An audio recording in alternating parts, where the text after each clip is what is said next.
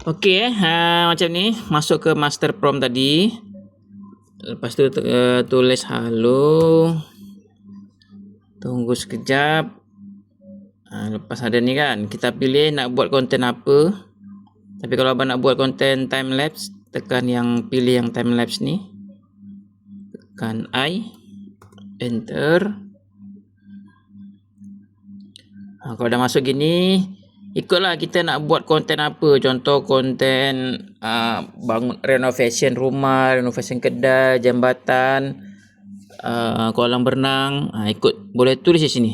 Tapi kalau sini dah ada pilihan kan, sini ada pilihan contoh lah. Contoh abang nak buat yang dah ada dekat sini, ataupun kita buat sendiri. Renovation kedai lama yang sudah buruk. Tulis.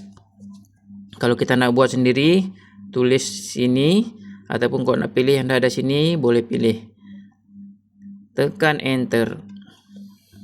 Biarkan AI yang buatkan skrip dia.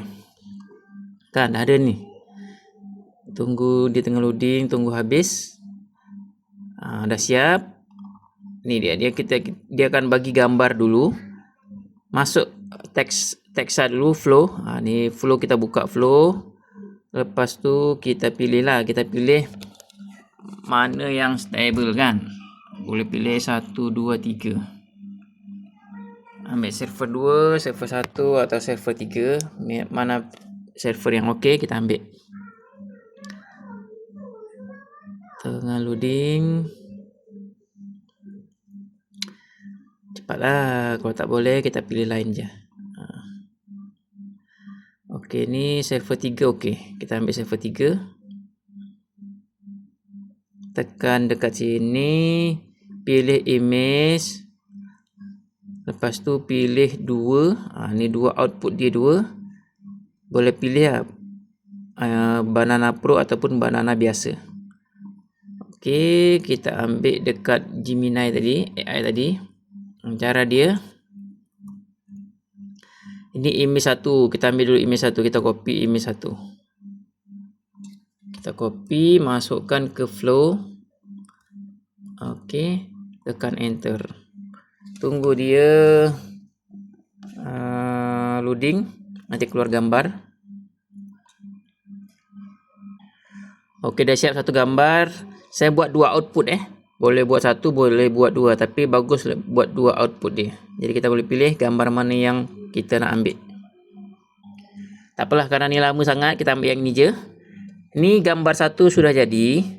Lepas tu kita tarik, kita untuk buat gambar 2. Kita ambil, kita tarik, letak dekat sini. Lepas tu kita ambil lah prompt dia.